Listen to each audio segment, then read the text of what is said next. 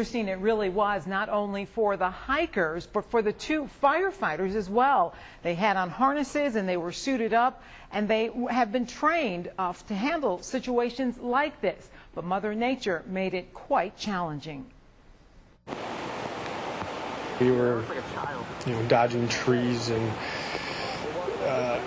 roots, rocks. It was not a smooth transition down to where they were. It's everything Matt Sauers and Greg Drew trained for. Still, today's rescue of 3 people in a cave was one of the most dangerous these 2 Rochester firefighters have faced. With the weather coming through so quick like that normally tame atmosphere turned pretty fierce, especially when you think you're in the middle of the city, and it felt like you were in the middle of the country. A fire department battalion chief tells us 3 hikers collecting rocks along the Genesee River Bank were in a cave searching for artifacts when they found themselves trapped by a heavy downpour and the water rising fast. They had their cell phones and called for help. Drew, a 9-year veteran, arrived first. First thing I did was get down and make contact with the victims.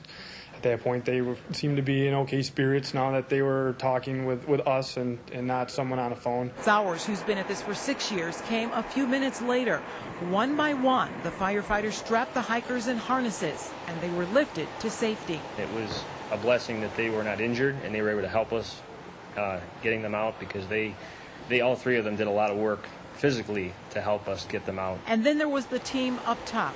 These 2 are modest, quick to give the credit where they say it's due. You're here talking with 2 of us, but we had I don't even know the number of guys that were up top, and they're the ones that should really be up here talking, because they brought us and them back safely. There were just 2 of us that were on the end of the rope, but it took a whole multi-company and chief officer response to make this happen.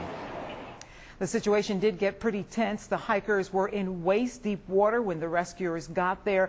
Fortunately, they were able to climb on a ledge while they were waiting. Unbelievable. So, Lynette, do we know how the hikers are doing tonight? Well, the firefighters say that things did, again, get pretty tense. They say that the hikers were in good spirits throughout the rescue, but they say it's very likely they have some cuts and scratches, and they are probably sore tonight. I bet. Thanks, Lynette.